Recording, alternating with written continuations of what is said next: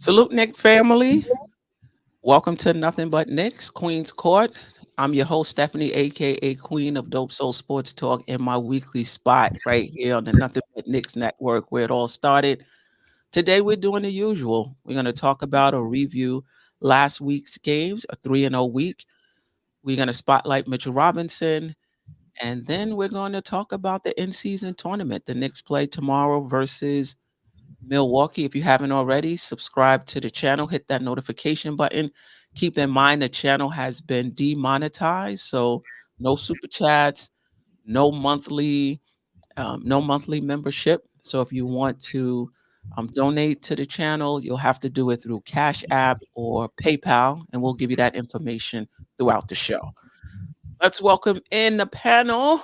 Look at this. Jeff, resident panelist, Dope Soul Sports Talk, Tony Crow, Knicks and Bruises, Lady and the Chef, two Knicks chicks, DJ Shuttle, 108 Soul every Friday, 8 to 10 p.m. How's everybody doing? Great. Fantastic. Peace, Queen. All right, all right, all right. Always great to have you guys here. Salute to the chat. This Knicks community is something else. I appreciate you guys. All right, let's get right into it. First, let me just show some love to the MBK family of shows, pregame, postgame, the shoot around with Simeon Russell, creative the channel, the NBA wrap up with Ron and John of Still Nick fans, Thursdays, I believe, 8 o'clock. The controversy with Josh, aka Uncle Fulio, the losers lounge with yours truly, Tony Crow, Knicks and Bruises. Live shows and videos by International Andy whenever he feels like it. Queen's Court every Monday, 8:30 p.m. Unless there's a game, we will go earlier. With yours truly, Stephanie, Queen of Dope Soul Sports Talk. Special programming and events, again, by Sim, creator of the channel. Let's move right into it. DJ Shuttle is with us for whatever reason. Only four of us can show, but he's with us. All right. So the Yeah. last we won, there you go. You hear that? DJ voice. The last time we were on the show, the Knicks were 9-7. Right now we're 12-7. So it was a 3-0 week for us. We're fifth in the Eastern Conference. We're on a 3-game winning streak. Offensive rating 12th in the league. Defensive rating third in the league. Net rating fifth in the league. This is a really, really good team. I'm just going to quickly go over the games to give you a quick look. We beat the Hornets 115-91. Randle had 25 points and 20 rebounds. The Knicks shot well that game. 46.6% from the field, 39.5% from three. And somebody double check this. This might be a mistake. 90% from the free throw line. Then Detroit, we beat them 118-112. Brunson had 42 points. Randall, 10 rebounds again. 46.6% from the field, 39% from three, only 71.4% from the free throw line. And then the Raptors, who I thought would be a bit of a challenge for the Knicks, but it didn't turn out to be so for the most part. We beat them 119-106. Brunson had 22 points. Randall again, 10 rebounds. We shot 50% from the field, 44.4% from the three-point line, and 81.3% from the free throw line. That's a recap. Let's bring in a panel and let's start with our usual question. What stood out for you this week, player wise, team wise, coaching wise, offense wise, defense wise, and any other wise you can think about? What stood out for you? Um, we'll go in order and then I'll mix it up. Jeff, Tony, Lady and the Chef, DJ Shuttle. Well, that Detroit game was an eyesore to say the least. But I actually think it was the poor performance in the Detroit game that led to the much better performance in the Toronto game. So, uh, you know, and it's always a good thing when you can not play well and still get a win. I think that when it's almost like stealing a game. Um, and we've been we've been beating the teams we're supposed to beat. I mean, I don't think anybody's going to go crazy over wins over Charlotte, Detroit, and Toronto. I mean, all three of them are below 500, but we needed a 3-0 week. We're going to get a chance to test our mettle in the month of December. We've got 11 of our next 14 on the road, and almost all of those teams are north of 500. Mm. So we desperately needed a 3-0 week, and we got it. And so, I was, overall really pleased. I thought the Toronto game was pretty impressive because that's the team that's given us fits over the years. So for us to go on the road, second game of a back-to-back, and take care of business, especially in that second half, it was really good to see. And it really feels like those Nova boys are starting that chemistry is starting to show out when the three of those guys are on the court at the same time. And so I think that's really encouraging. I think you get the idea that you get to see why they wanted to bring Divincenzo in here so badly. I think he adds a lot. And the last thing I'll say before I turn it over to Tony is the 3-point shooting has been consistently good. I mean, and that was really an area of weakness for this team last year. And that's with Randle not shooting at a good percentage. But DiVincenzo has been good. Brunson is, on another planet the way that he's shooting the ball. We haven't even gotten that much out of Grimes in any of these games lately. So I think that the 3-point shooting has been good, but I think it actually has the potential to be even better, believe it or not. And so to me, that's really encouraging to see that because, in the playoffs, you need to be able to hit those long distance shots. And if we're consistent from out there, we're just a problem for teams to guard because then you just have to choose your poison. And, we kill you slow, we kill you quick. Which one you want? Yeah, for sure. I definitely agree with that. Tone? So individually, I feel like there's a number of ways another number of players we could discuss. As I mentioned earlier, Robinson, just touch on him lightly because we got an entire segment on him. Okay, fair enough. Well, let me just say, like I said earlier, I feel like there's 4 players that had their best week of the season this week. But I'm only gonna speak on one and Eastern Conference Player of the Week, Julius Randle. Mm-hmm. So I mean that to me that you gotta highlight that because he got the award right out of the whole Eastern Conference. So that that's who I'm gonna go with. But like I said, I feel like there's 4 players that had their best week this year, this season, this past week. And I think last week it was Brunson. I got to do a better job of keeping up with it so I can have a little slide done. 2 weeks ago. Okay, it was Brunson, so that I can have a slide. It comes out Monday. On some point Monday. I'm assuming it came out either late last night or this morning because I woke up to it.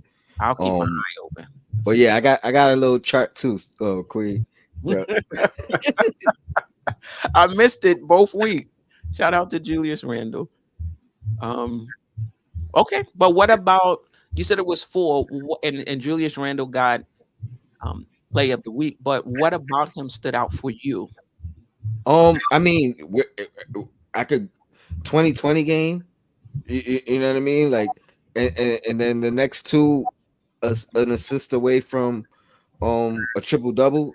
I mean, I shout out to Tommy Beard. I believe the stat was from him, but we're 6-0 or 8-0 when he has 8 assists. We're like 12-2 when he has 6. You know what I mean? So, I mean, the facilitating, the rebounding, it feels like he's back to all NBA, all star, Randle, at least this week. Yeah.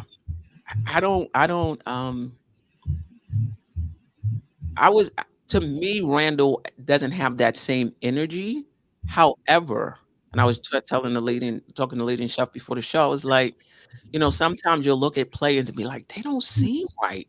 But then when you go to the stats, say otherwise. And I think that's what it is with Julius Randle. I guess I'm looking for him to be a bit more fiery. And that's not the case. However, statistically, he's showing up for us. And if I can add one, yes, if I can add one thing real quick, he's not relying on the 3-point shot, and he's playing inside. Like it's almost back to the bread and butter, Right. which I think is huge for him. Yeah. I would agree. I definitely noticed that as well. I Lady, think oh, sorry. just quickly on that thing with Randall, he's like you're only as good as the rest of the players around you. So he's getting more assists because you got players that are shooting more efficiently when they get the ball. Right. So he doesn't have to feel as compelled to do it all. He's making the hockey assist. He's giving the ball up. I think Yes. I texted somebody. Oh, he made a That was hockey me. assist. Yeah. Well, Randall made like he made the pass before the pass that made the pass to make the shot.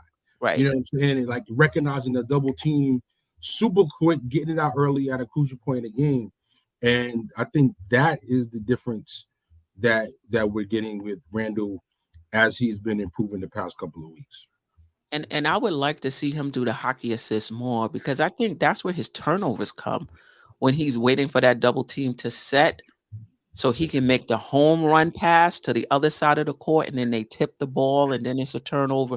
That hockey assist is basically it's the same effect except he doesn't get except he doesn't get the assist, but it's the same effect. So I would like to see him do it more. I do remember that DJ Shuttle. Um Lady in the shop. Yeah, I actually had the Knicks at 3, 4. I had them at 4-0. I guess high hopes, a little bit of wishful thinking, because I had them beating the Suns.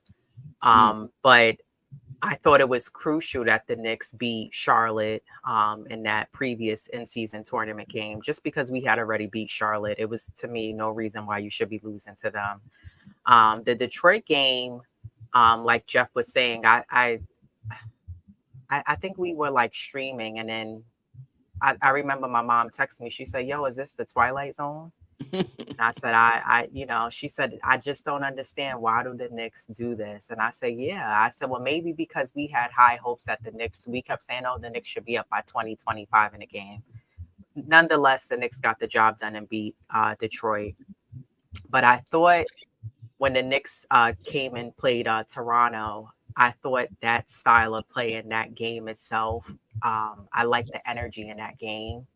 I like what I saw from the jump, as far as the Knicks, there was a lot of like easy baskets that they were making. I thought the energy was really high. The passes were crisp. They were smart passes. I thought Randall let the game come to him and he didn't try to, force any shots, any threes. And to piggyback off of what Tony was saying, he didn't rely on a three. And I'm noticing in these past few games, and this is part of the reason why Randall has got the Eastern Conference Player of the Week, is because Randall has taken his game inside. And he's, I don't even think it's so much that Randall's doing the bully ball. I think a lot of it is also like just simple, basic layups that he's doing, that he does a nice hesitation. He waits patiently and he goes back up and makes a simple layup. He doesn't need to try to do a dunk, just do a simple layup. And that's the easy 2 points that we're getting. And I thought his passing was they weren't predictable passes as his passes usually are. But overall, I think as a team, the Knicks are running. I like the energy, like I said, that the guys are bringing. I think Josh Hart has been a nice addition into the game. I know RJ's only scored like 15 the last 2 games, which is fine. If you're going to give us 15 to 20, just let it be a consistent 15 to 20 points a game. And I'm still monitoring the minutes between Divincenzo and Grimes, as I feel like Divincenzo should really be taking that spot of Grimes, and Grimes should be coming off the bench. But overall, I like the energy that I'm seeing. I like that the guys are running. I like that guys are not standing around waiting for the pass to come to them. And guys are, I would like to see it a lot more of guys cutting without the ball. But I like what I'm seeing so far. So, yeah.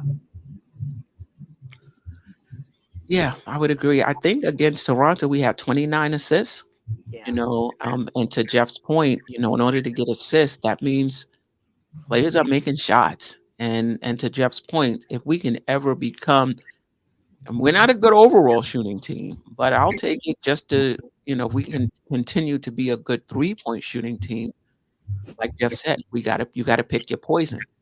You staying in the lane, to prevent RJ and Brunson and Randall from getting in there, you know, or you're covering the 3-point line, which then gives them more space to operate. So yeah, I like what I'm seeing as far as that's concerned. DJ Shuttle?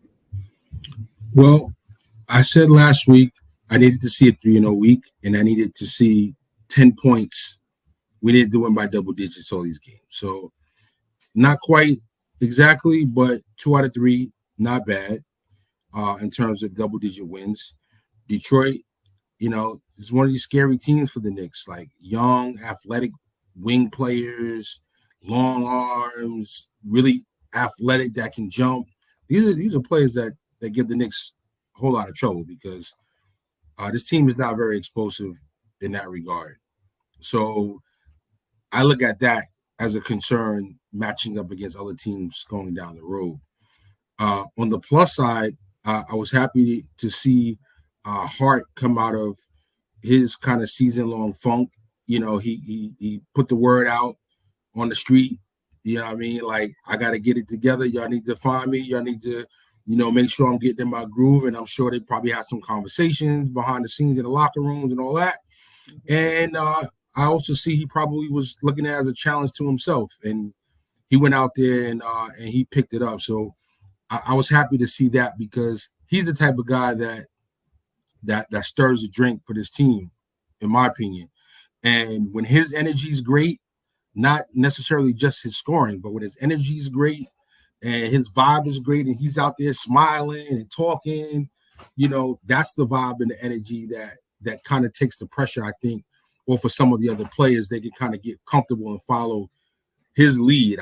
I look at him as like the de facto leader, in that kind of respect, on the court, because like you could say Brunson's a leader, but to me, Josh Hart is the leader of the team, the heart and soul, if you will, in that respect. Divincenzo definitely also stood out to me. I hear where the lady and the chef is coming from, and I think until either the playoffs come or an injury, I think, it's just one of those things where Grimes is going to just pretty much stay in the lineup, especially if the team's winning, even if DiVincenzo plays more minutes, and as long as he's playing during crunch time, especially, and giving us what we need, then that's probably how I think it's going to play out, until we get to either end of season or playoffs. Then that's when you make your changes as you need, I think. But yeah, man, aside from that, quickly sitting some minutes in the fourth, something to watch out for.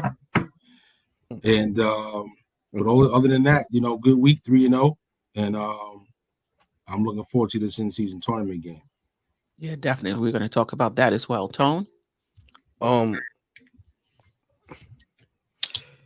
I was gonna also put Hart like as my honorable mention, especially coming off the little semi, buzzy comments about his role and his fit and everything else, finding his way.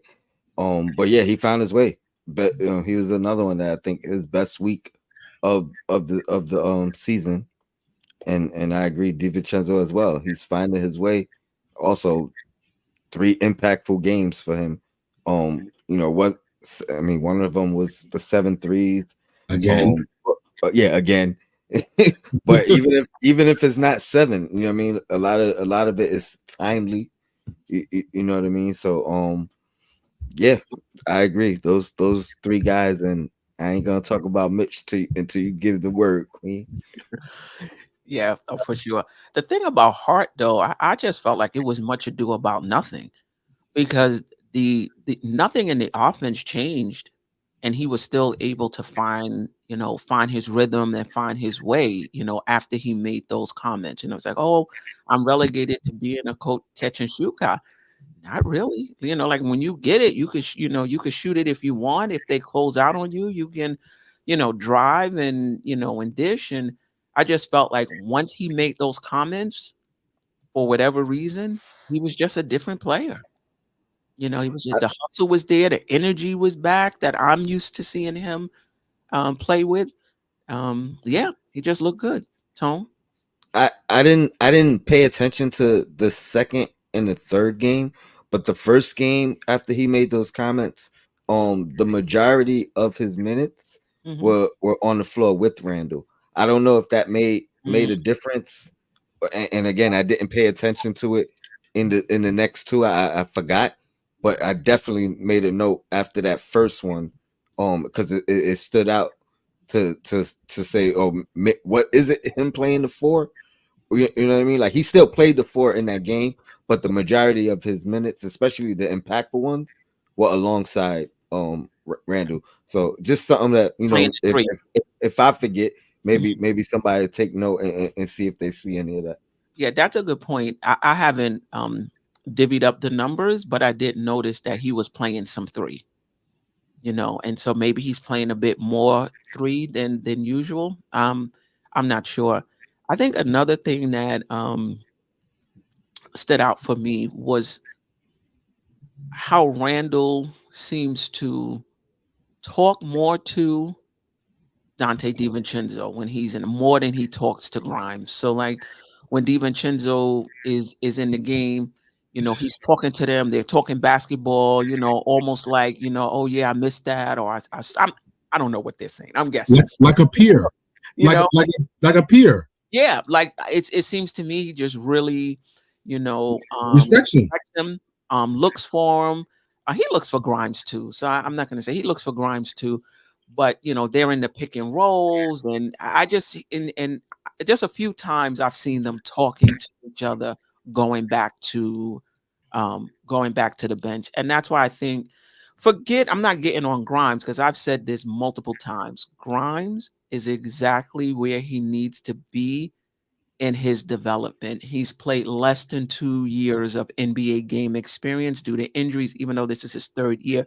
I just don't believe he should be getting that experience in the starting lineup. However, he's where he needs to be.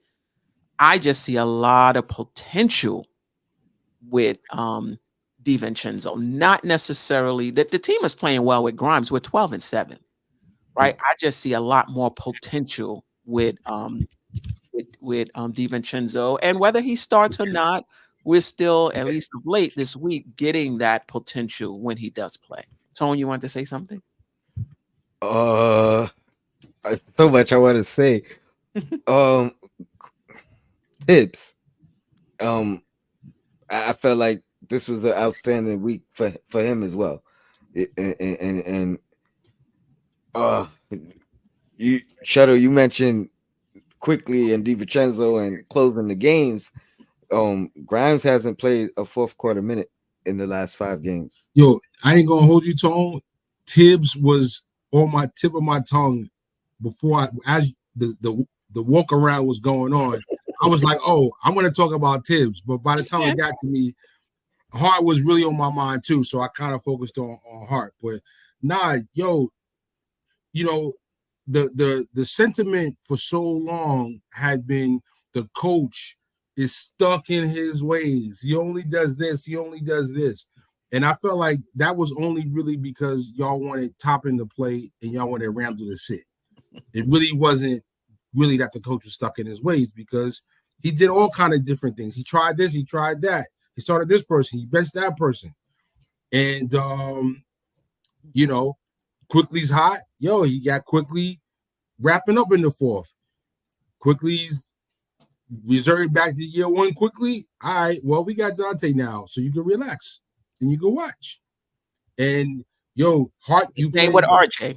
Hart, you playing good, you getting in your groove. Right. I believe it was Lady Nashef said, or Tone, more minutes for Hart at the 3.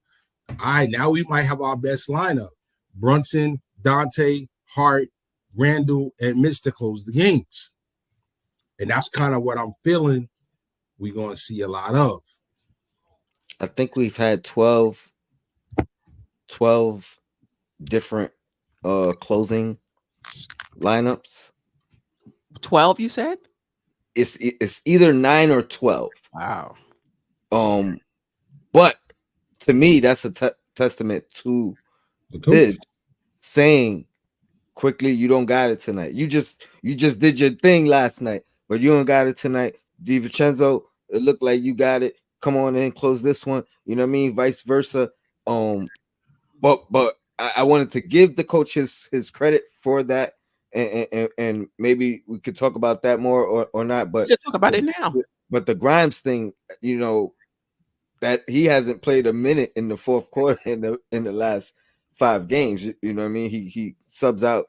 The bench is starting the fourth, but then it's either quickly Divincenzo or Hart that are closing these games. We're about to be at that 20 game mark. For me personally, and I know how you feel already, Queen, but for me, it's not a coincidence. And this is usually how Thibs changes, you know what I mean, starts changing things. You know what I mean? It's usually, I'm not changing the starting lineup, but the minutes of the throughout the game is that's where it's gonna change. So just another thing to keep an eye out on. Well, he's got that data. He mentioned that. I got the 20 games. I got my data now, and now I can decide what I need to do. Speaking of data, last point on this, Grimes' numbers in the fourth quarter are even worse than his numbers so far this year. So I'm sure, like you said, Thibs, somebody gave that information to Thibs. Yeah. No doubt about it. And Josh brought this up on, I think it was last week on the show, on your show, Tone, that, and I agree, Thibs is going by how the team performs overall. So he's not looking individually at Grimes. He's just looking at, what's the plus minus of the team, what's the on-off numbers of the team, things like that. How are we winning? All those team stats he has. He's not looking at one individual person. And I get that. If he's saying, listen, we're winning, even though one player is not playing well, and we're going to continue to rock with this team for continuity, I don't have a problem with it. I just see some possibilities in my own mind with Divincenzo. I see that pick and roll with Randle.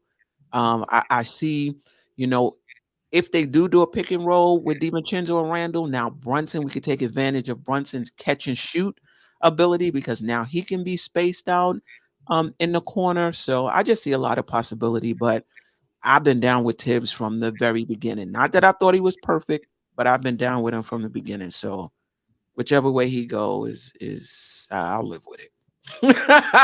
I'll live with I it. was just gonna say, like Thibs has been saying, you can't argue with the numbers. You know what I mean? Like the records, and you can't argue with it. So Yeah. No doubt about it. RJ, since the migraines, we talked about him last week, You're giving me a migraine. yeah. The numbers are not looking good since he's been back, and I'm starting to feel a little shaky. I know some of you wasn't all the way to the other end like I was anyway, in the sense that he seems to be, it's like so streaky though, and like long streaks. Like he'll go on like a 25 game streak. You'd be like, oh, this is not a streak. This is just who RJ Barrett is right now. He'll get hurt, have a migraine or something, and then he comes back different. So I don't know. We'll see. I do like the fact that he's still playing within the flow of the game. He doesn't seem to be, forcing things. His floor game is still good in terms of looking for people. But what have you seen from RJ Barrett since he's returned from the migraines? Anybody? Shuttle, we'll start with you. Nah, I don't got nothing to say. I ain't happy. All right, lady in the show. Yeah, that's what's one of the things that I mentioned. It seems like the past few games, RJ, he's only been giving us about 15 points a game. I think that to some degree he's playing within the flow of the game, the offense, but I think it's one of those things where a player could have their style of play, but I feel like as a team, the Knicks they've been making tweaks and adjustments together offensively. And I think RJ, because he's been out, and I'm not using it as an excuse, I'm not coming from that angle. What the way I'm looking at it is like he needs to figure out how to implement his style of play into the new revised way of the way the offense is flowing now within the games. So I just think that, and I was talking about this the other day. I was like, RJ, his points has gone down from what he was giving us, but I just think that while he's still playing decent, I think that, and RJ's always been that player that's been streaky. He can be really hot, and then he has some games where you're like, well, what the hell happened? I think that he needs to figure out implementing his style into the new ways of the way the team is slowly but surely moving a train. And I think he needs to implement how he's on board, but I think he needs to figure out how to implement his style of offense into the changes that the Knicks team are making, on their own. Because I think, again, going back to the Toronto game, the way the Knicks played, if the Knicks could keep playing with that kind of energy and Randle been doing what he's been doing, I think RJ's, which smart players do this. That's where your basketball IQ comes in. You need to sit back and analyze the game. And I think this is something else that Grimes could even be doing from the bench when he's on the bench. You have to see where you can implement your style of game and where you can fit in, what pockets throughout the game that you can fit in your style of game. So I just think that RJ is slightly out of rhythm, but I think he needs to figure out how to implement his style of play into the new ways of how Randle is, changed his game and tweaked his game. And, with this guy, the big Ragu coming in, and now he's doing things. So I think if he could figure out how to do that, and actually RJ would be successful if he cuts to the basket. If he does the cutting like Dante Divincenzo does, let those other baskets come to you. Not that I think he's playing and making it harder for himself, but I just think he needs to learn how to tweak his style of play into the slow but surely changes that I see the offense is happening with the Knicks in a good way. Mm-hmm. Yeah. Anybody else want to comment on RJ before we move on to Mitch? I'm not as down on RJ at all as far as what I've seen. I feel like I agree with you, Lady and the Chef, 100%. But I feel like that's actually what I've seen from RJ. Like, even though the numbers are down, he's been finding his niche. He's been finding his little ways to impact games. A lot of the times, it's with that second unit too. Like that's where he kind of steps it up a bit. So I'm not too concerned yet. I think the shooting numbers dropped a lot, but they were so high that I think we all knew that they were gonna fall at some point. So when you look at the season numbers, they're still relatively good. So I'm not in a panic yet. I'm not too down on RJ right now. I feel like he didn't have a good week per se, but he'll be all right. He'll be fine. He hasn't had a good 2 weeks, maybe 3 weeks actually. So Oh, this is what I wanted to ask. Well, that may be true, but this week in particular, how much has Randle's modification or Randle's adjustment and playing more in the paint, has that clogged it in the sense of early in the season? I mean that's one of the things RJ was really doing. He was playing downhill, and it didn't seem like there was no clutter, no clog. Again, I have to go back and look to see. It's just something that popped up earlier in my show. Do you think Randle's playing inside a little bit more, especially these past 3 games, has kind of clogged things up for RJ? I think Dante is a new guy to the team, and he's a player off the bench who averages 20 minutes, 21 minutes a game for a career in this season. Never been a go-to starter guy, and somehow, some way, he finds a way. So it's just like I'm feeling like it's too much white glove. Like it's like the egg you have to carry and be so delicate, and it has to be. It's like it's too high maintenance. It's like a high maintenance person you with. You understand what I'm saying? Like, oh, are you okay? Are you fine? Do you need something? It's like, yo, you gotta figure it out. You gotta have your own happiness before I can make you happy. And yeah, but he hasn't been. I think that's one of the good things about RJ. He hasn't been down. It don't look like his confidence is shot. Like It never looks like his confidence is I'm shot. talking about the results. I'm talking about the results. I'm not talking about. Yeah, you're right. He's not. He keeps his head up, and that's one of the things I've always loved about him. His approach. Like you would never know that he shot 3 of 15 from the field the way he looks, even though he shot 3 of 15 from the field. You know what I mean? But I'm talking about like on the court though. Like figure it out, bro. Like even Randall's figuring it out right now. I mean, I ain't gonna be down on RJ. I mean, 9 for 9 from the line one game in the midst of the bad shooting. Like he's figuring out ways to impact the winning.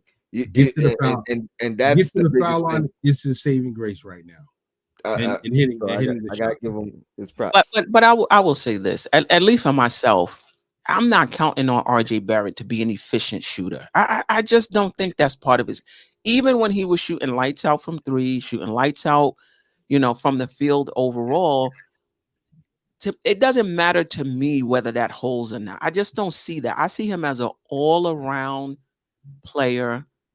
He's gonna get you a three here and there. He'll have his good games. But basically, he's defending his position now. My God, like that was because I was saying to myself, years from now, how are you staying in the league if you're not you're not finishing at the rim, you're not hitting the three, you're not defending your position? How are you staying in the league? But right now, he's defending his position. He's still getting to the rim. He's I mean, if you look at the percentage compared to others in his position, it's not that much different than last year, but it looks better in the sense that now he's getting to the line. It's not those empty trips where he'll just go and throw it over the backboard. And you're like, yo, we didn't get nothing out of that. Now we get the Hitting the basket. free throws. Right. Now we're getting the basket. He doesn't have tunnel vision. He's hitting people for open shots. And if he gets fouled, he's going to the line and he's knocking it down. Like this is RJ for me. Defend your position. Let's get some various things off of the elite skill you have, which is getting to the basket. And if you can knock down a three here and there, I'll take it. I just don't think that's his game. So, and his floor game is much better. So to your point, Tone, I agree. I'm not down on him. And I also like the fact last year I felt like he wasn't shooting the three well, and he would still take 50 of them. And at the end of the game, he's 0 for 10, 1 for 9. Like, yo, relax. I just feel like he's smarter now in the shots he's taking. He's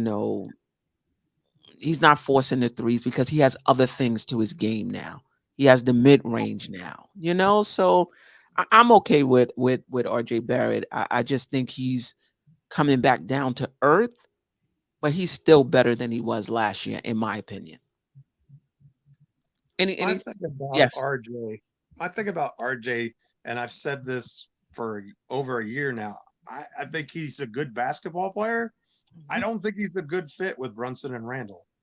And I think it's kind of interesting that it was when Randall was struggling that RJ was flourishing, and now that Randall is flourishing, RJ is struggling. And I think it's because they need the same spots of the floor to be really good. And Randall's just better at those spots than RJ is. And so I don't think it's because Barrett's a bad player. I think he's improved this year for the most part. Although, in my opinion, there was some slippage on the defensive end over the last couple of games. But again, maybe I'm being too picky, but I just don't think it's a really good fit. And that's not his fault.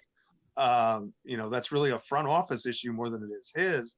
But I think if you put him in a different scenario, maybe even one where he can have more of a Randle role on a different team, I think maybe he would flourish even more. Yeah, he can replace Draymond Green as a power forward on Golden State. Him and Randle are the same player. Everything you described says they're the same player. In terms of their style. In terms of their style. But that's where I feel like he has to figure it out, like you just said, DJ Shuttle.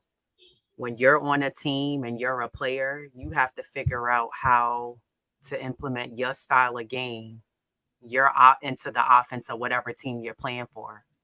I don't care what kind of superstars are great two-man game players that are on a team.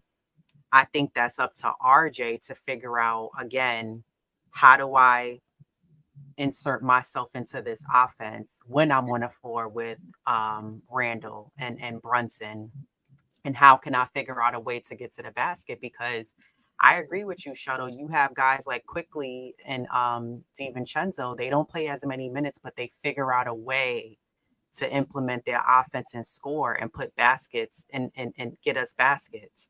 So I think with RJ, you've been in the league long enough. And I am a very critical. I know people get on me in the chat. Oh, she said it. She don't like this one. She don't like nobody. It's not that. It's just I feel like, again, I'm a diehard Knicks fan, and I feel like no more cookie cutter and giving people passes. We've been at this road for many years, so decades, trying to figure out how to get this together. And I just feel like a player like RJ. Yes, I agree. His game has improved this season, but I think, I saw someone in the chat said RJ plays well when the Knicks are playing poorly. He usually shows up big for us, which is true, which is like the wrong time, because it's like, yo, you wait till, Brunson and Randle are not playing well for you to want to shine and, go off. But I think he needs to figure that out. You can't use the and I agree with what you're saying, Jeff, but I just think that RJ needs to figure out, well, how can I get to the basket and still do what I do when I drive to the lane, whether it's using my left or my right, without it seeming like the paint is cluttered. Because to me, the paint doesn't look cluttered. I think the only time sometimes it may look cluttered, and it's really not, Mitch and Isaiah Hartenstein are setting those screens so when guys are driving, they can have a clear lane. But otherwise than that, I don't care if Randle's on the floor. RJ needs to figure out how to get to the basket, how to create his own shot off the balls given to him, how to shoot the ball. Okay.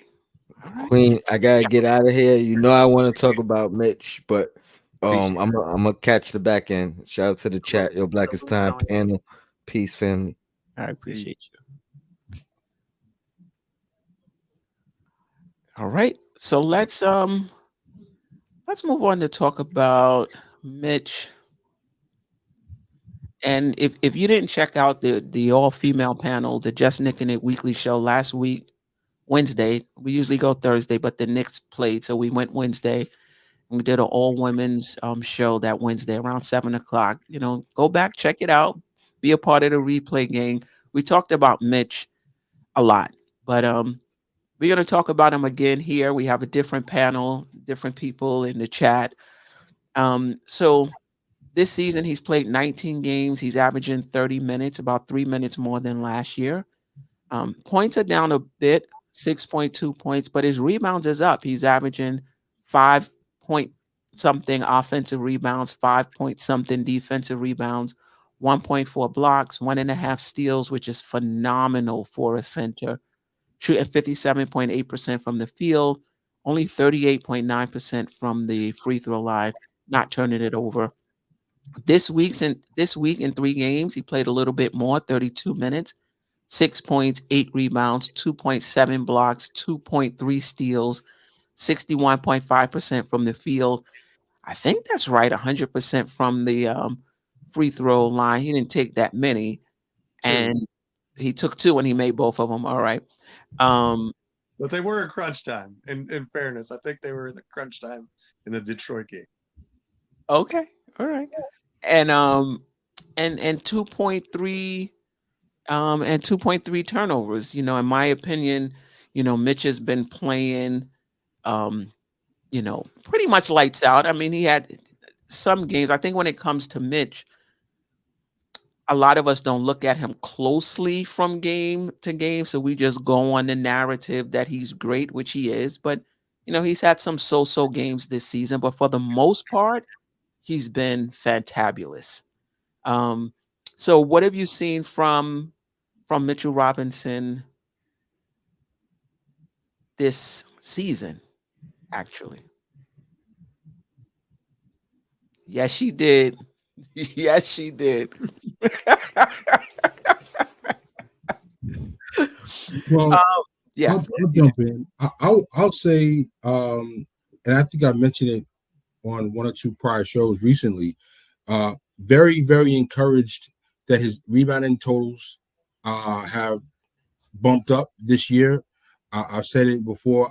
I have wanted more offense, but if I'm not going to get more offense, then I need those blocks to be at 2+ per game, and I need those rebounds to be at like 12 per game.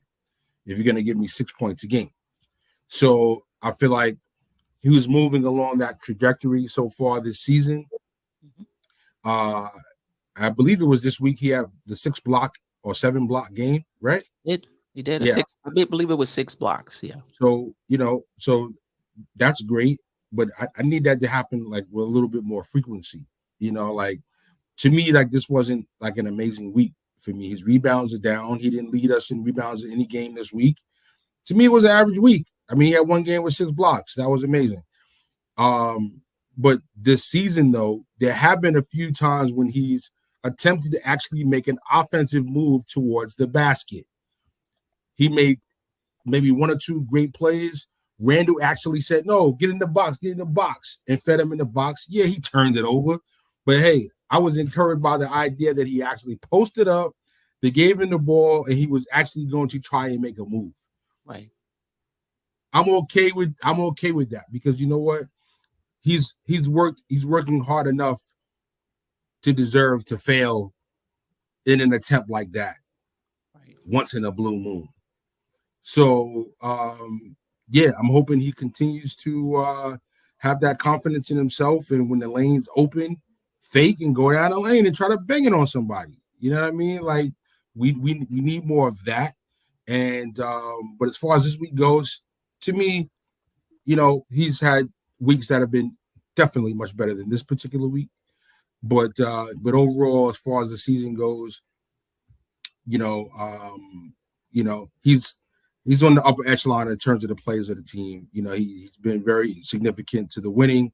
His offensive rebounding, probably still leading the league, has been paramount to the team's success. So,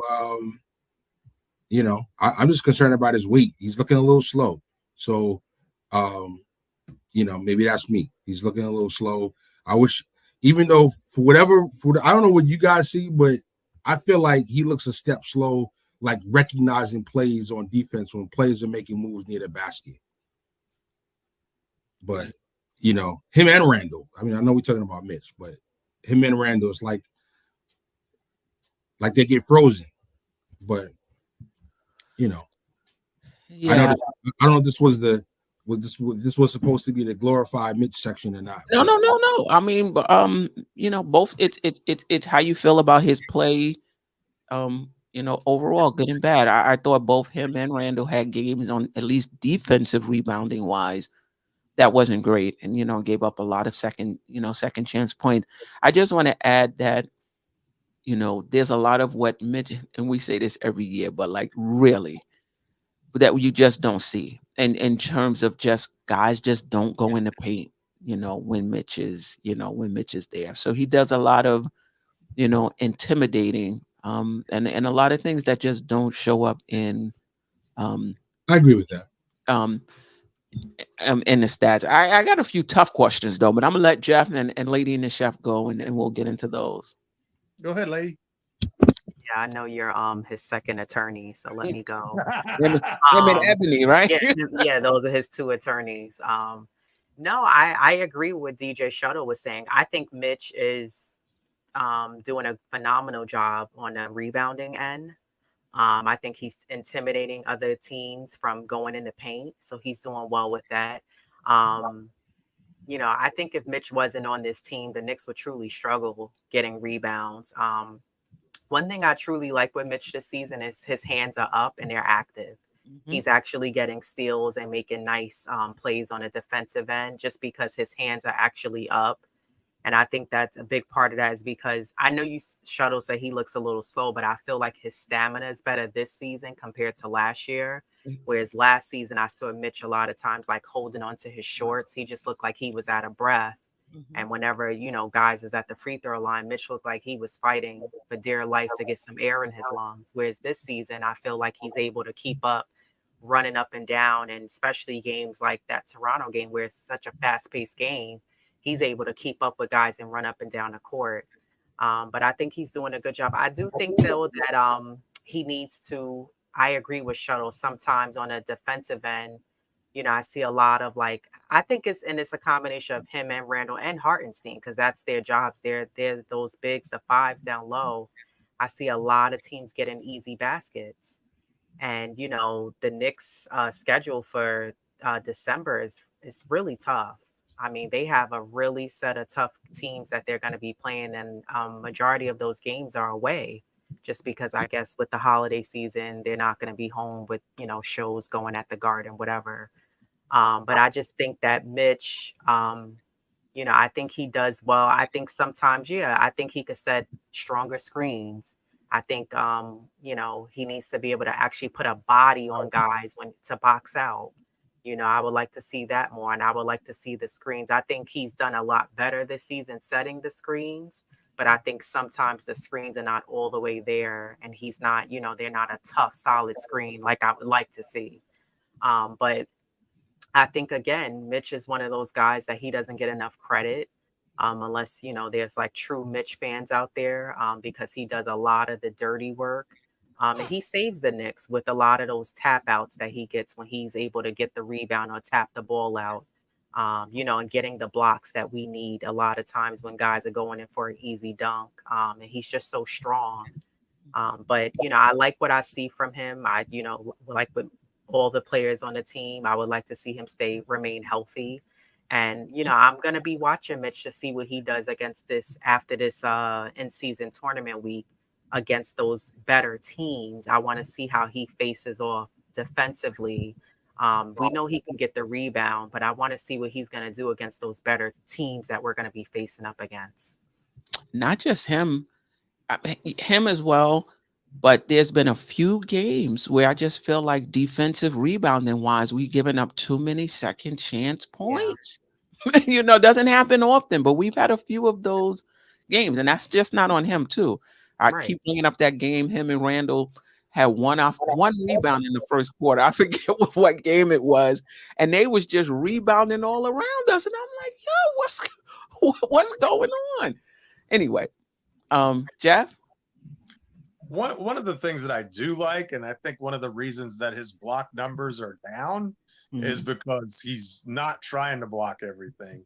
He's trying to play smarter. He's staying out of foul trouble. I don't remember him fouling out of a game yet so far, but I'm old, so my memory's not so great. But correct me if I'm wrong about that. But I don't remember him being in foul trouble in a whole bunch of games outside of like the first game against Boston, and then he picked up 2 quick ones against Miami in that game. But for the most part, and we ended up closing with Hartenstein in that game anyway because Hart was playing really well against the Heat. But Mitch doing Mitch things. I don't. Y'all know how I feel about it. I don't know. I mean, I could go on all night about the things that I like about Robinson, but he just needs to keep doing what he's doing. I kind of want to see the rebounding stay at a higher level. I feel like it slipped a little bit in the last week. I'm not sure why that is. Interesting that when Randall's totals seem to go up, Robinson seems to go down. I'm not sure why that is. I want them both to be at that same. I don't see why. Just because Randall's getting the rebounds doesn't mean Robinson can't be continuing to get rebounds too. So I definitely want to see that defensive rebounding number stay high. I love the steals.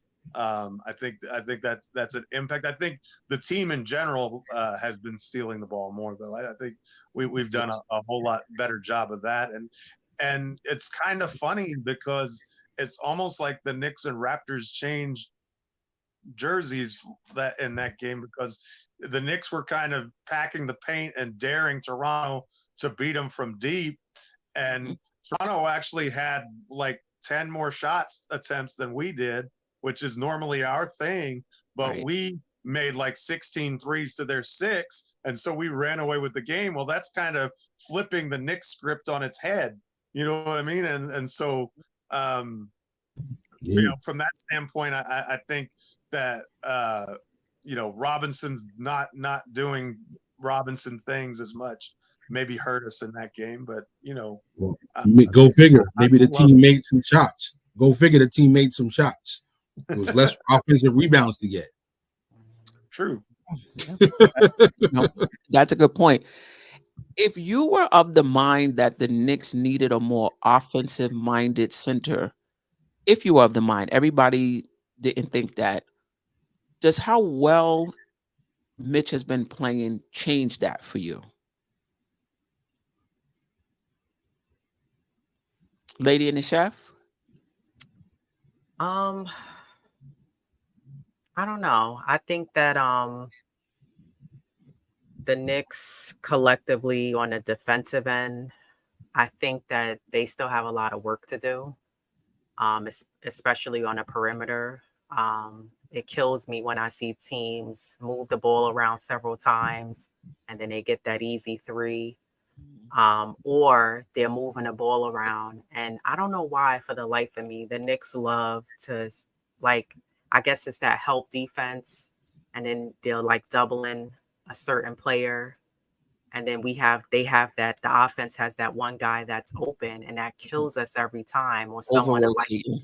Yeah. right. And I don't know why the Knicks continue to do that. And it sucks because I brought this up, I want to say, when I was on the show with you and Tony. A lot of times it puts Mitch and Hartenstein in between a rock and a hard place, because they're like, okay, well, do I guard my man who's right next to me, or do I come up and help and go near the free throw line or to the corner? And if they do come up, now that team gets that easy basket, or they throw up a lob and they get an easy dunk. So I don't know. I think the Knicks, to me, they still have a lot of work to do on the defensive end. I think that Mitch makes a difference, but that's more on the rebounding side and protecting the paint. But I think collectively, as a whole, the other 4 guys that's on the floor, I think the Knicks have a long way to go on the defensive end. We have nights where we show promising efforts, and guys are being active with their hands, and I see guys moving their feet, which is another key thing, because some teams are they blow right past our players. But I just think that I don't know. I think right now, for what we have and what we're working with, this is what we have to work with. And I like Mitch, but I just think that he's only one man, that he can only do but so much. And I agree with what you said, Steph. I think that it's important that Randle helps out on the defensive end too. I do like to see when our guards come in and help out and grab boards. I like when I see Quickly coming in, Divincenzo grabbing boards, but I just think that as a whole, the Knicks have to get better on a defensive end, which will truly help them, with winning games. Shuttle, if you were of the mind that the Knicks needed a more offensive-minded center, has that changed with just the level of play Mitchell Robinson has been at up to this point? Slightly. Like I already mentioned, I felt like if he's going to give me 6 to 8 points a game, I need to get 12 rebounds and 2 blocks.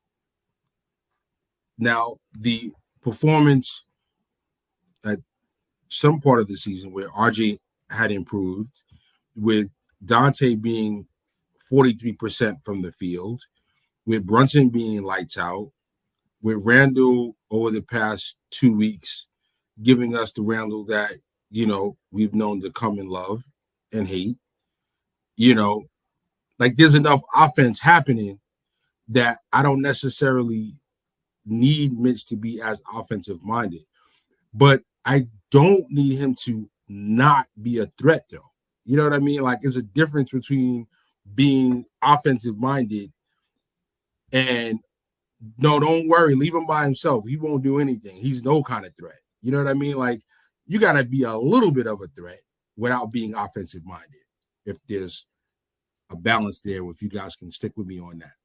So, yeah, 12 rebounds, 2 blocks, and I'm gonna need more than 43% from the foul line. Oh, it's not even that. It's about 38. 39% right now. So I'm gonna need more than that too, because it's gonna be Hacker Mitch when the playoffs come.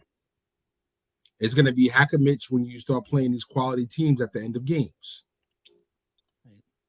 So that's a whole other thing.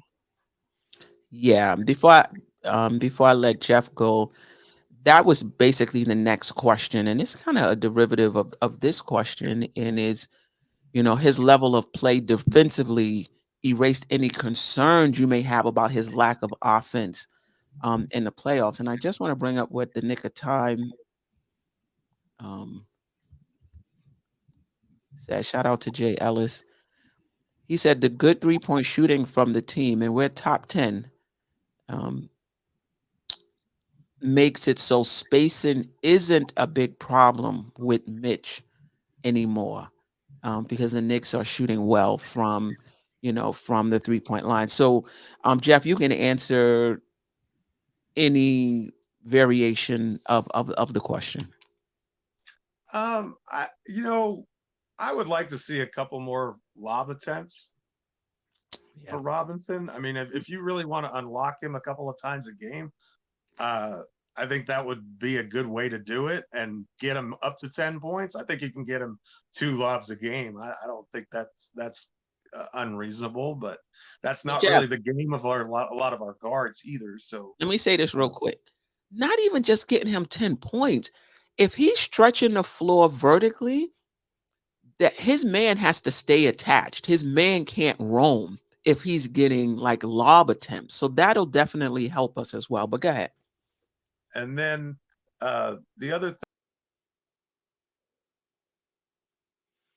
thing, I think I just went out. Internet went on me for a second, but I've never been one to worry about his points production so much. If he's doing the defensive stuff, I think we have plenty. But I do like one thing that I do like is when Randle was struggling, it was the Mitchell Robinson, Julius Randle pick and roll that kind of got him unlocked and back on the right track again, and so I kind of like that big on big pick and roll action. So I think that again, that's something we can run a little bit more and get him involved in the offense that way. But I'll say this too, if I'm whatever makes the team better. I mean, it's not written unless you can write in like concrete that Mitchell Robinson is for certain bringing us an NBA championship. I don't really care who plays the 5 spot as long as they're part of the core that brings us the NBA championship. Right. And and so sometimes, and I think it may end up being the case here, that we need to shuffle some things around and get some different skill sets at different positions in order to take that next step. And what that might mean is that Mitchell Robinson has to move elsewhere. I think for this group as it's presently constituted, though, I think it'd be hard pressed to find a player who fits the role that we're asking him to play better than Mitchell Robinson does. Yeah, I definitely agree. I will say though that RJ's defense is improved, not to the point where we don't need a rim protector though, but it has improved. And Brunson's defense has improved, not just the charges, but I think his defense has improved. And if you don't believe it, I encourage you, and I've said this a few times, follow a player on a couple of possessions. Sometimes I'll follow a player for 10 possessions. Like, who's a good defender? and I'll be like, all right, in this quarter, let me follow this player defensively, for, I don't know, 5 possessions, 10 possessions, and see, what they're really doing. And that'll give you a good sense. Yeah, Jeff, I definitely, agree with you. Whatever the team needs, the way this team is presently constructed, with our not that great perimeter defenders, Mitchell Robinson is critical. I do have concerns, and I've always had concerns about him not being a threat. I agree with you, Jeff. He doesn't need, we have so many ball dominant players. Mitchell Robinson is not getting 10 shots a game. It's just not happening. But I do have concerns about him not being a threat in the playoffs. But Jay Ellis made a good point. If you're knocking down your threes, that's a way to, create space. Even if Mitch guy stays in the key, you won't have 3 or 4 guys, in the key if you're able to knock down shots. And we can always close with Hartenstein. Now, Hartenstein is not no offensive juggernaut, but you can get a little floor space in if he's in there. They have to, respect him. But kudos to Mitchell Robinson for what he's doing. Any other thoughts on Mitch before we move on? I want to talk about the in-season tournament. Yes, and I'll try to make it quick. To me, the Mitchell Robinson player comp that I was like, I've been saying, please, please, please, can you be that? Is Clinton Capella. If you put Clinton Capella on this team, he's a little bit more of an offensive threat, and he's basically Mitchell Robinson that's not scared with the ball in his hand and can be a little bit of a threat and shoot 60% from the foul line.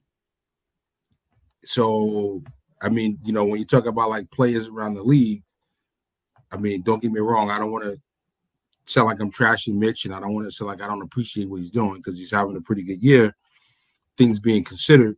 But yeah, I mean, if I had Clinton Capella, I wouldn't be upset.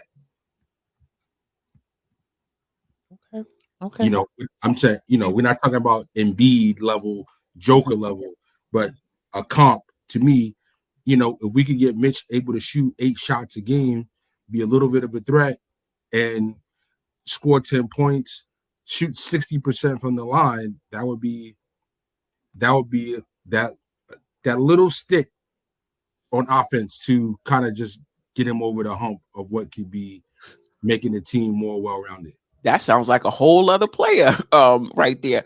But I just don't think and that's more we're talking about marginal stuff. Right. To me, the points are not as important as him being a threat. And I'm not sure that's gonna happen on this team. But if we can get at least him becoming a vertical threat, and that's on him and the other players playing with him. So that he can become, because that's one thing. Listen, when we lost to Atlanta, think about it. Clint Capella was a vertical threat, and it was nightmarish for us because we had to decide if we were going to, once Trey got in that key, what you doing? You stepping up, taking away his floater, and you're gonna leave Clint Capella back there? Like, you had to choose what you were gonna do. And the Knicks just don't put that amount of pressure. As much as we got guys who can get in the lane, we underutilize Mitchell Robinson for the pressure that he can put on the defense vertically. And I will say though that, and I saw this the other night, if the team doesn't have a lot of confidence in Mitch, they're not going to give him the ball. And the same thing with Grimes. I saw that. Brunson had a clear opportunity to pass the ball to Grimes on the left side of the court, and he looked the other way. Yeah. So we just don't. There's some players who, like LeBron James, his motto is you make the right play regardless, whether the guy can hit the shot or has been hitting it or not. You make the right play. That ain't the guys we got. That ain't the guys we got. The guys we got is if you ain't hitting it, you ain't getting it. You know? Those are the guys we have. All right. I'm gonna skip over. I wanted to talk about some statistical stuff, but we'll skip over that. Let's go to the end season tournament. And I did just hear somebody double check that for me that the Pacers beat Boston. So if we beat Milwaukee tomorrow, we will play Indiana in the semifinals Thursday. Actually, so these are the brackets right now. In the Western Conference, the Lakers are playing the Suns. The Kings are playing the Pelicans. I think they probably will kick off pretty soon, right? If they have, 10 o'clock game. The Lakers and the Suns will kick off. Wow. These are the projected lineups for our game tomorrow against Milwaukee, 7:30 p.m. I don't anticipate any changes in our starting lineup. Brunson, Grimes, Barrett, Randle, Mitch. For Milwaukee, Lillard, Damian Lillard, Malik Beasley, Chris Middleton, Giannis Antetokounmpo, and Brook Lopez. Talk to me a little bit about your thoughts on this matchup tomorrow, the Knicks' chances of winning and moving ahead, in a possible matchup, and the storylines that would come out of a Knicks Indy matchup. But anyway, just your thoughts tomorrow, Lady in the Chef. Well, one, I'm really looking forward to tomorrow's game. I know I mentioned this on the all women's panel, because the Knicks tend to they don't get blown out by many teams, but they don't get blown out by Milwaukee.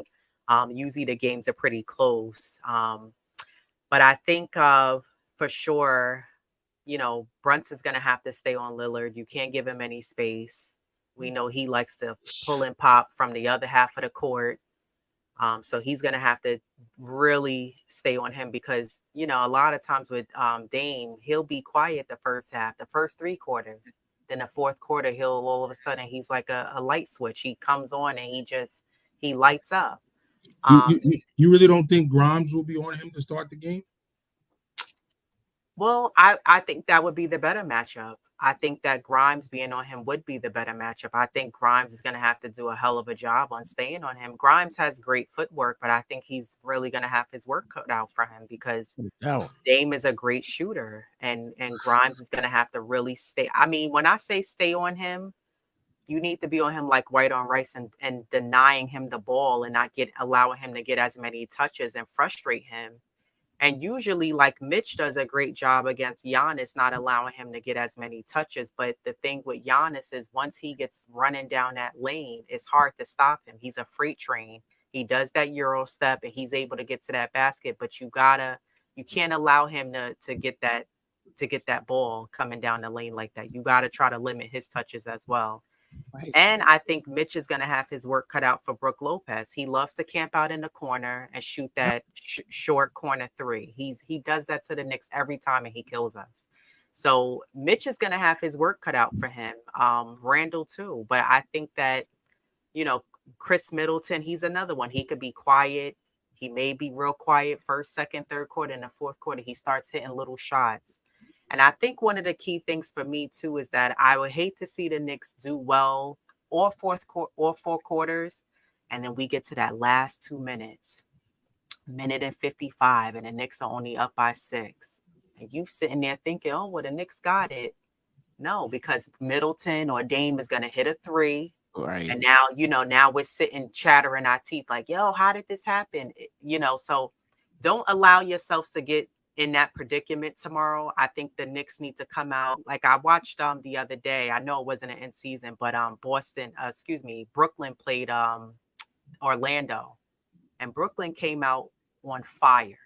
Orlando didn't even know what was going to hit them. I don't know if they slept on them, but Brooklyn was like, yo, y'all not going to come in here and do what you feel like doing to us. They had no answer for them. I mean, and Brooklyn took the lead early in that game, but I said with that kind of aggression, again, when the Knicks played Toronto, that's the way the Knicks have to come out against Milwaukee. You have to come out like 3 to 5 steps ahead of those guys tomorrow and maintain the lead. I say this all the time. You got to come out with high energy tomorrow in the third and then maintain the leads and not trade baskets. I think that's going to be critical for tomorrow's game, that the Knicks do not allow themselves to trade baskets. But I think that the Knicks truly can win that tomorrow's game against Milwaukee. They're a beatable team. I don't care who's on that team. The Knicks could totally beat them. But I think it's going to really, we see the Knicks could knock down the shots, and I think they're going to be knocking down the shots tomorrow. But I think it's going to really boil down to the defense. Yeah, and I think the tough thing about it is when you have a Damon and Giannis, they can get theirs even if your defense is good. Right. That's what makes it, that's what makes them, who they are. And, their defense is not as good as it was last season, but they they still rolling, they still rolling along. Jeff, your thoughts on the matchup and the Knicks' chances of beating Milwaukee, and then we'll get to Shuttle. Well, first thing is this is one of the few matchups where you can look at all 5 starting spots and kind of feel like the opposition may have a plus at each one. And that doesn't happen to this Knicks team very often.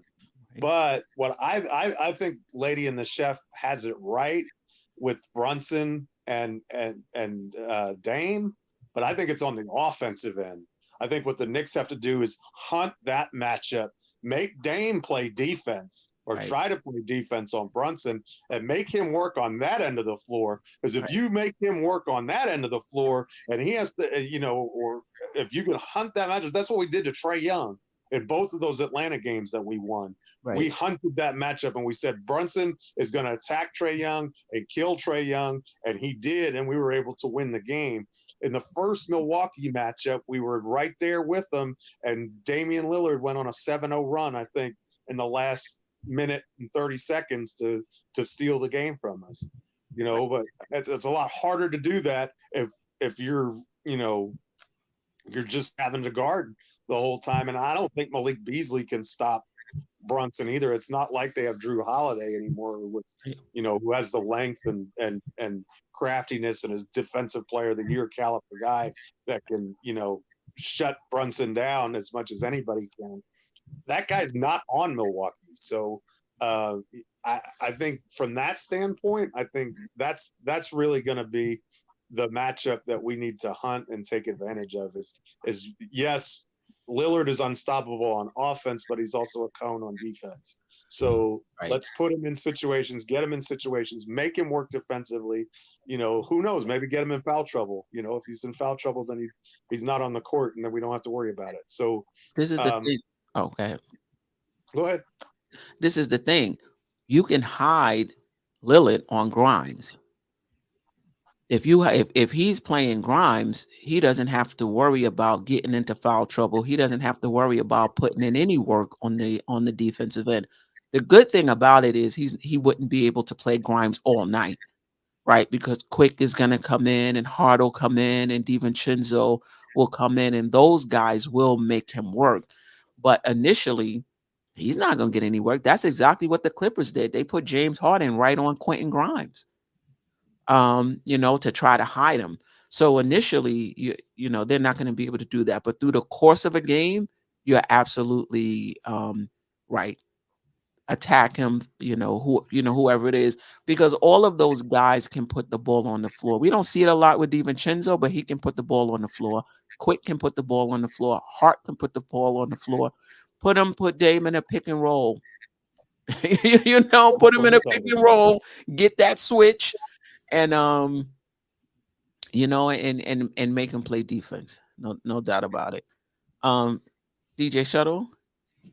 Yeah, I agree with that point that it looks like the Bucks may be a plus at every position, but it's not like it's a wide plus. You know what I mean? I feel like the Brunson Lillard, if you give it to Lillard, okay, but it's a great argument that it's a push.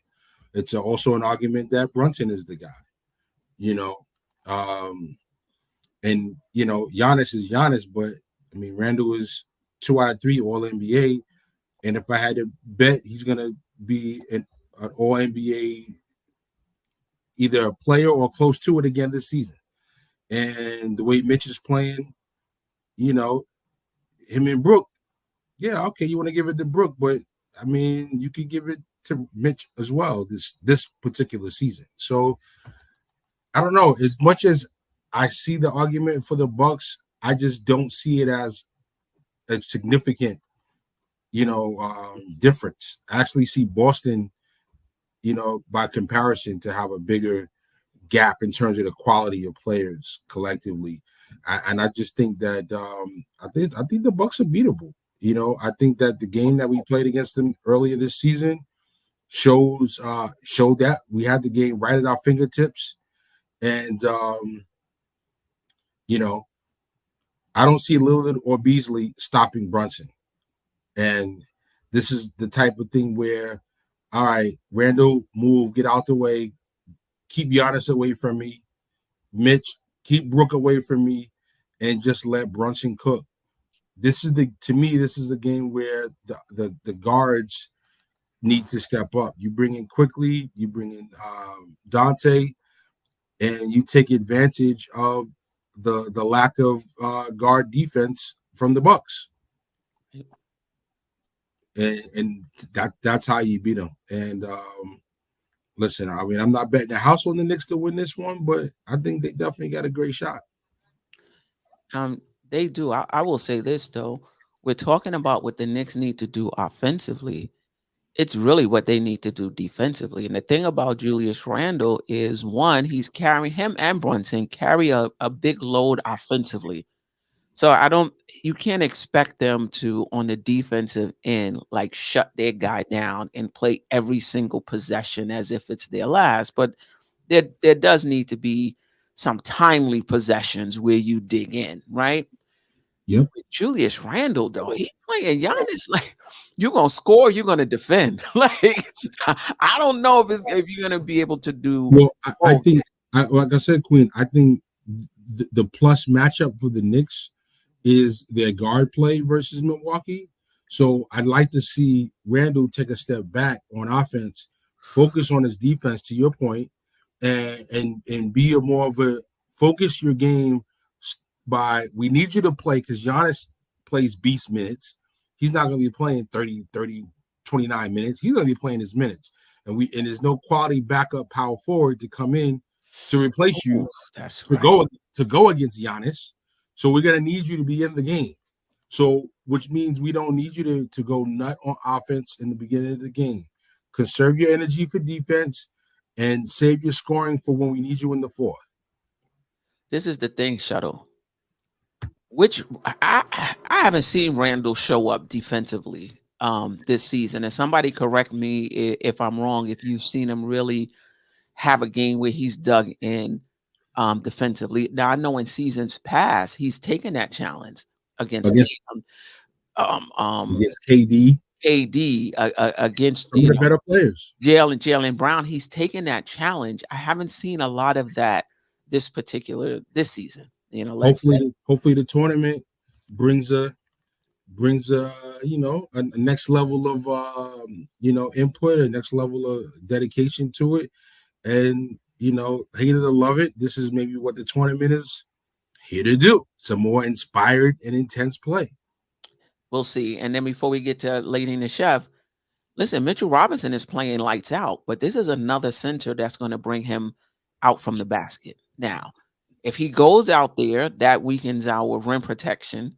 If he doesn't go out there, and his tendency is not to go out there, like to really try to protect the paint, now you're giving up open 3-point shots. This is going to be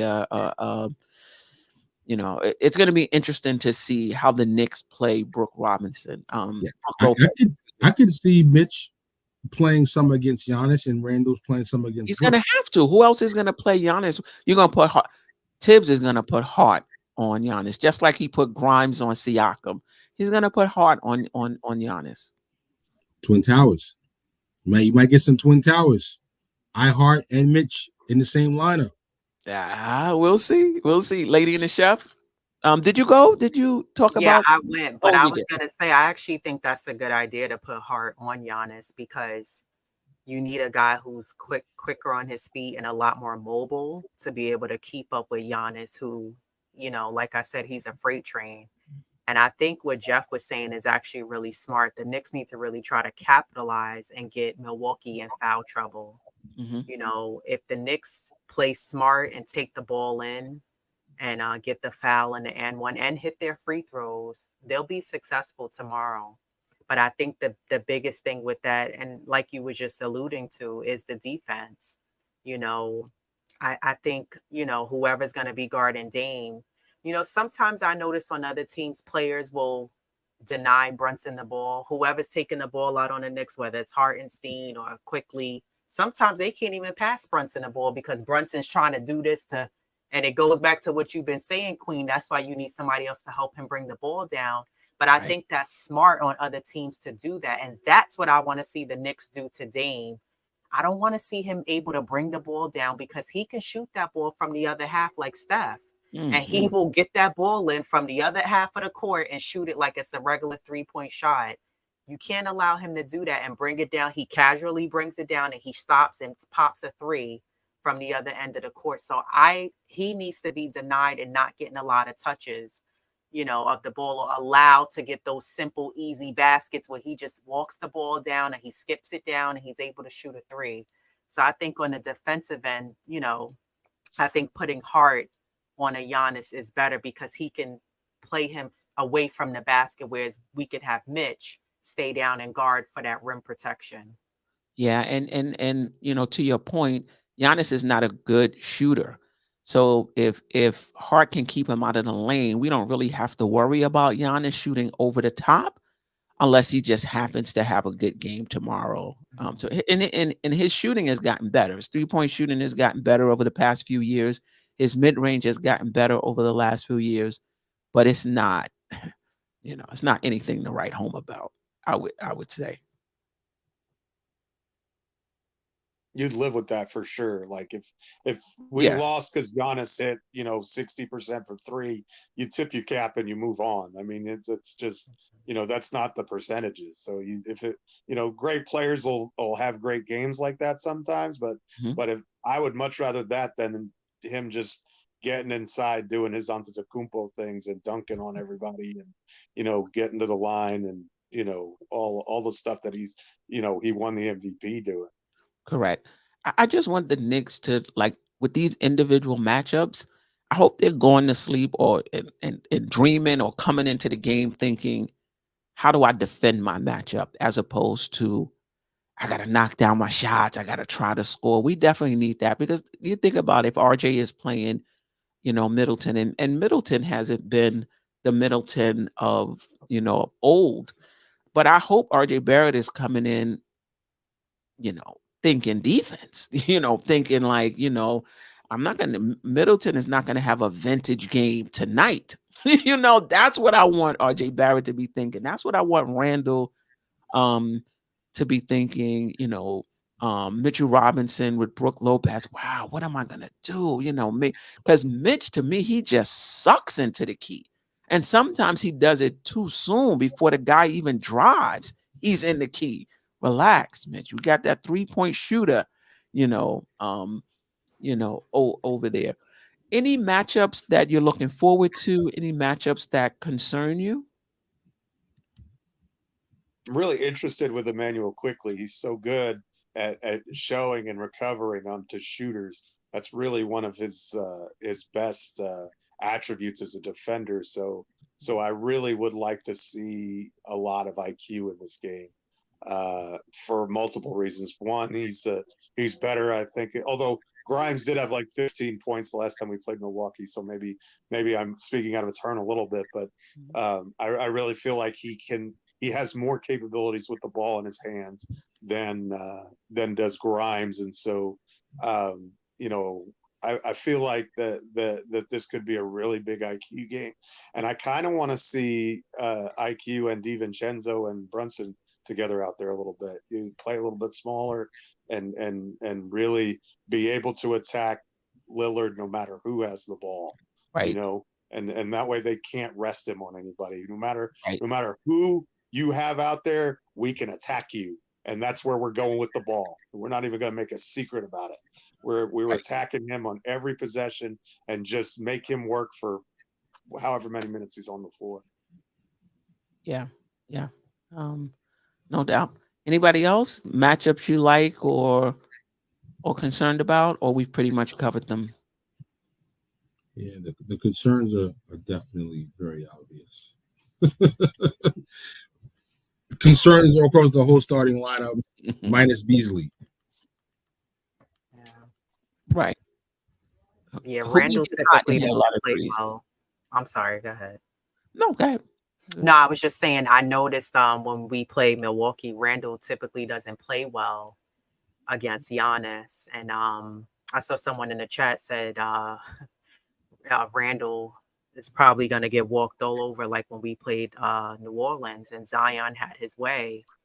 And I've watched games very closely, looking at the defensive end with Giannis in particular. And they're allowing him to do, like Jeff said, Giannis Antetokounmpo things. And that can't happen tomorrow. You can't allow him to do a spin move in the middle of the paint and go up with a layup or an easy dunk.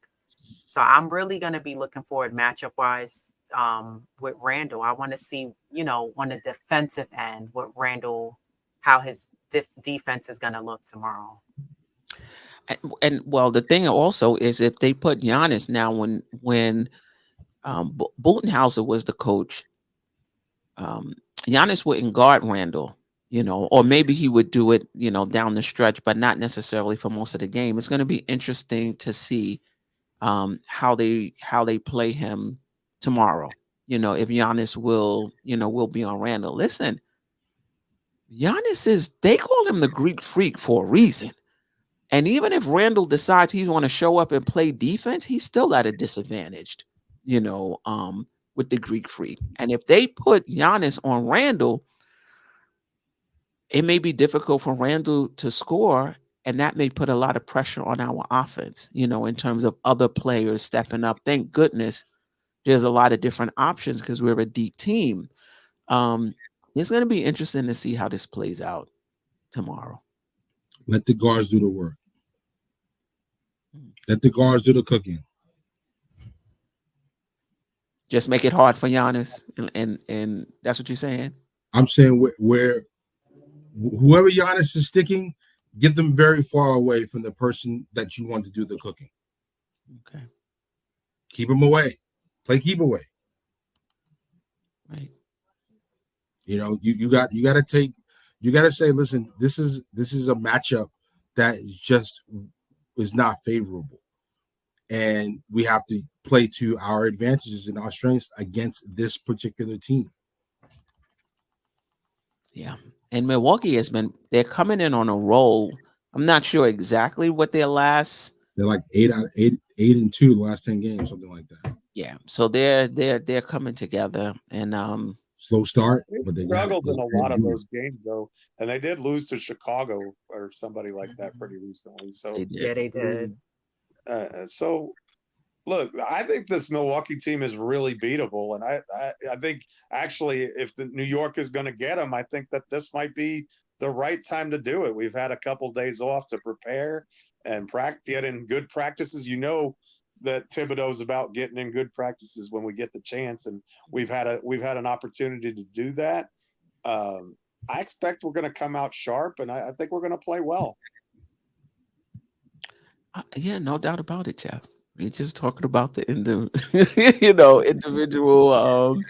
matchups. Yeah, I definitely think the Knicks have a good chance to win the game. But when you just look at it on paper, it just seems like they got a lot to contend with. But this is why you play the games, right? But I'd say this too, and Lady and the Chef and I were talking about this before the show, is that and what made me think of it is really Grimes' struggles, right? The last 5 games, Grimes, especially from the field, has just been a nightmare. But then what I think about is with this Knicks team, you have 9 players that you can trust down the stretch of a ball game. You have 9 guys that you can put in the game, and you feel like you're going to get something good out of them. And it's up to Thibodeau to see which players have the hot hand and are doing the best, and get those players on the court for the most minutes. But I think that kind of depth is something that most teams, even Milwaukee, doesn't really have. And so I think that the Knicks top 9 are all really good players who all can you can trust to close. And I think that's one of the reasons why Grimes hasn't closed, to be honest, is that Thibodeau has all these other guys that he's confident in, that he can go in a little bit more so than Grimes, who's frankly the youngest out of them, right? And so, except maybe Quickly, but I think Quickly's a little bit older than Grimes too, or at least more seasoned, if not, the age-wise they may be. I don't know how old they are, but what I'm saying is, from an experience standpoint, he's the low man on the totem pole in comparison. And so, but again, I really feel like any of those top 9 guys you put in the game, and you can count on them to make a big play. I mean, think about the steal on one leg that Grimes had in the playoffs last year, and the list goes on and on. We know what Julius is. We know that Brunson is one of the most clutch players in the league. He and De'Aaron Fox are like 1A and 1B. And you can count on him. Josh Hart, the last 3 games, has really shown that he's come to life. We know that Hart or Mitch can close, and it doesn't hurt us either way. And so I really feel like that versatility is and being able to do things matchup wise because of that versatility is going to be one of the ways that we can maybe steal this game. Right, and they will be very prepared. The players talk about this all the time when it comes to the game plan. They're super prepared. Yeah. All right. Any last words? Anything about anything we've talked about today? Last week's games, upcoming games. If we win, because Indiana did beat Boston. So if we win this game, we will play Indiana, and that'll be fun, right? Randle and Obi Toppin. Indiana plays a really fast pace of basketball. They might be, I don't know. I haven't looked at it. Top 5 in pace, I would guess. I think number 1 in pace. Okay. The Knicks are last. But let's not get ahead of ourselves. We have to the Knicks are, well, if they're not last, they're in the bottom. Yeah. Bottom 5. But I think that's okay. I don't think we can win a track meet with Indiana. No way. I think the way to beat Indiana is to force them to play outside of their style and make them, put it a half-court game and make them get stops in the half court. Correct. I mean, I think that's the way you beat the Pacers. I don't. Is there any really way to stop Tyrese Halliburton? I don't know. That guy's been playing out of his mind. But I think we've got a major advantage at the 4 spot. I'll say that. Yeah, but your transition defense better be on point, and your rebounder better be on point. Yeah, no doubt about it. But thanks, Jay Ellis. He said we are last time I checked. But to your point, we don't need to be fast with them. But we're getting ahead of ourselves. We got to beat Milwaukee tomorrow. 7:30. Now we get Boston, right? I don't think so. I don't think they're doing a losers bracket, are they? No, this is single elimination. Single elimination. So if you lose, you go home. Yeah. Win or go home. Yeah. So we win, we beat Indiana. You beat Indiana. That's it. You go to the championship round against whoever comes out of the West. Yeah. All right. Any last right? Shout out to the chat. Shout out to Jay Ellis hanging out with us tonight, and to the rest of the regulars. Appreciate you. Any I was gonna say my last thoughts. Going back, Jeff made a really good point, and my mom's been saying this about the Knicks. The Knicks have to allow themselves not to allow teams to make them play those team style of game. The Knicks have to, tomorrow especially, don't allow Milwaukee to have you playing their style of basketball. Come out and play New York style of basketball tomorrow. And I think that if the Knicks could dictate their type of game, how they want to play tomorrow, that's going to be to their advantage versus having, Milwaukee, running them amok up and down the floor. The Knicks are just, looking crazy. So I think if the Knicks come out with their style, come out with high energy, don't come out, lackadaisical after the halftime, I think that the energy is going to be key, and having guys like, quickly come in a game and Divincenzo with that high energy that's infectious, and it pumps up other guys throughout the team. So don't allow Milwaukee to dictate the style of play you're going to play tomorrow. Yeah. No doubt. Anybody else? Last words? Yeah, Milwaukee's 5th in pace in the league. I was just looking that up. Oh, they're 5th? Oh boy. So we gotta slow him down. And the thing with Dame, you're gonna have to guard him at the opposite hash. Because as soon as he gets up over half court, he can pull. Full court. Got to guard him in the parking lot. Yeah. Full court. Grimes, give it all you got. Give it all you got. Pick him up full court. Inside his jersey. And when you get tired, come on out of there. We're bringing Dante in. We're bringing Quickly in. And we need more of the same. Wear him out on defense. When he has the ball on offense, rather. And please, just like Randle, let the guards lead the team tomorrow night. That's what we need. I don't think it would be a bad thing, though, if he had – sometimes when he gets off to that nice little start in the first quarter, it picks up the rest of his game. So if he can drop like 10 points on high efficiency in the first quarter, it might get his defense to pick up a little bit. You know how it is, Shuttle. When you see the ball go in a little bit, you pick up on defense a little bit. You playing Giannis, though. You playing Giannis and Randle, you have no ups. Giannis, his arms, it's like, you're playing Plastic Man, Inspector Gadget with the arms. It's not a guy Randle can get his shots over. Like, that's been proven. So he's had some decent games. He's had some decent games. This is the thing, though. We need Randle to score.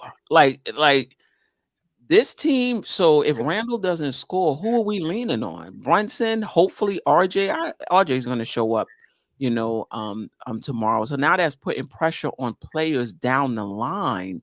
If they have to come out of their role and give you a little more than usual. Quickly and Dante have been scoring. Brunson, Quickly, and Dante, they've been scoring.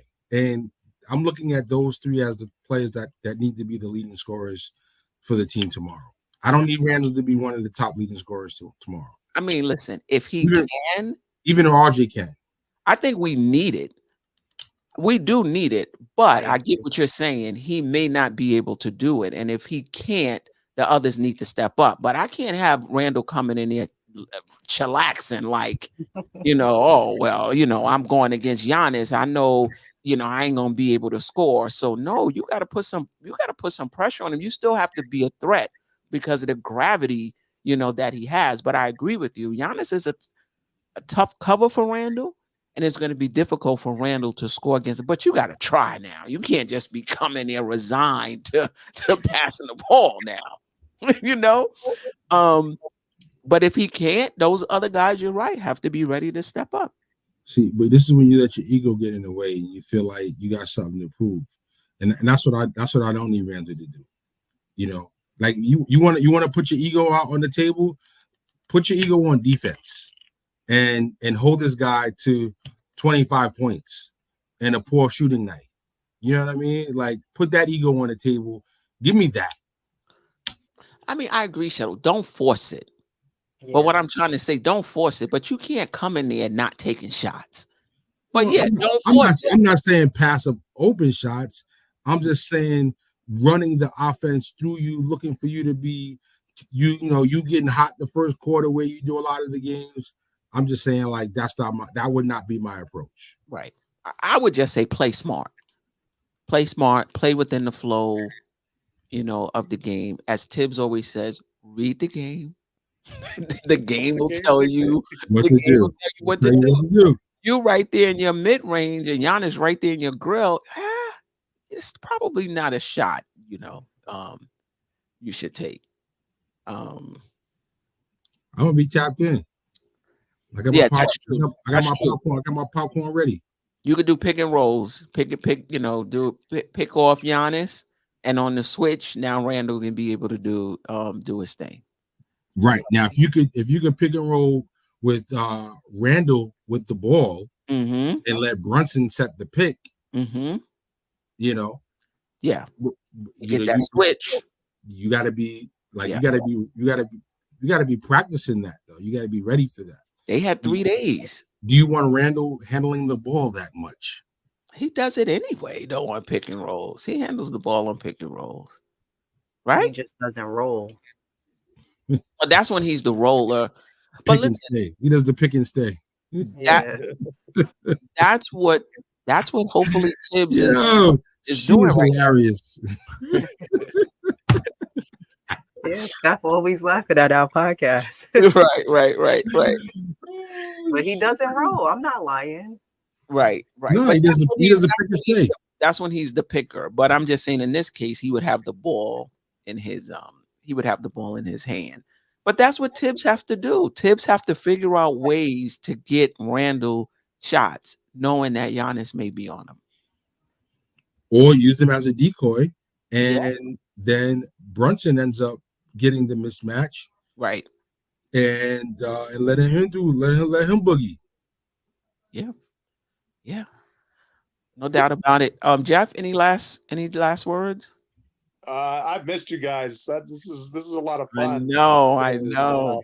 It was weird last week not having a Thursday show, so it was really good to be among such fine folks. Shuttle, always a pleasure. I learn something every time I listen to you guys. You're amazing, and the chat is fantastic too. Make sure y'all smash the add J button on the way out. Yeah, for sure. We'll be back.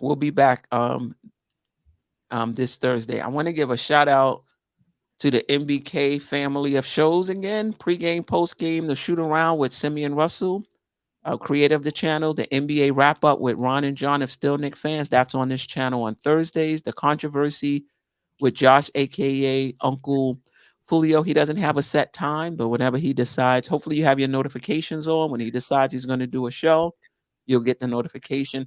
The Losers Lounge with Tony Crow of Knicks and Bruises. That's every time the Knicks win. He'll go over the losing team's fans' comments. Hilarious. Live shows and videos by International Andy. Again, he doesn't have a set time, but when he decides to do shows, you'll get your notification. Queen's Court, yours truly, Stephanie, Dope Soul Sports Talk, which is my YouTube channel. I'm going every Thursday now, the Just Nicking It weekly show. I'm not doing the morning shows. I got a lot going on. However, I will be doing morning podcasts. So wherever you get your stream, wherever you stream your podcast, the morning after the show, look for a podcast, a recap from me, and special programming and events, by Sim. Again, the channel has been demonetized for reasons unbeknownst to Sim and the rest of the MBK family. So we can't get super chats. If you are a member, your monthly amount, we're not Sim is not getting that as well. So if you want to support the channel, Cash App, nothing but Knicks. What is it? $ nothing but Knicks, right here scrolling along the bottom, or paypal.me/nothing but Knicks. I also want to give a shout out to 2 Knicks chicks, Lady and the Chef, her and her mom. They have their own channel. It's the Dope Soul Way, but it's also the Queen's Court Way. Hello. So if you haven't already, just go to your browser and YouTube, put in 2 Knicks chicks, and subscribe to the channel, Lady and the Chef and her mom, Diva Locks 21. And they are real smooth. And you see Lady and the Chef. She just, what she does, she try to be slick. She keep her voice down real low. And then she just bring the heat and the realness and just say things that you like, what did she just say, Grimes?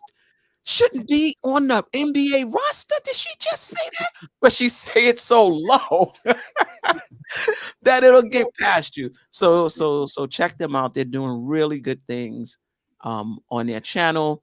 I appreciate you guys watching. You can follow me on Twitter or X, formerly known as Twitter, at BKStaff33.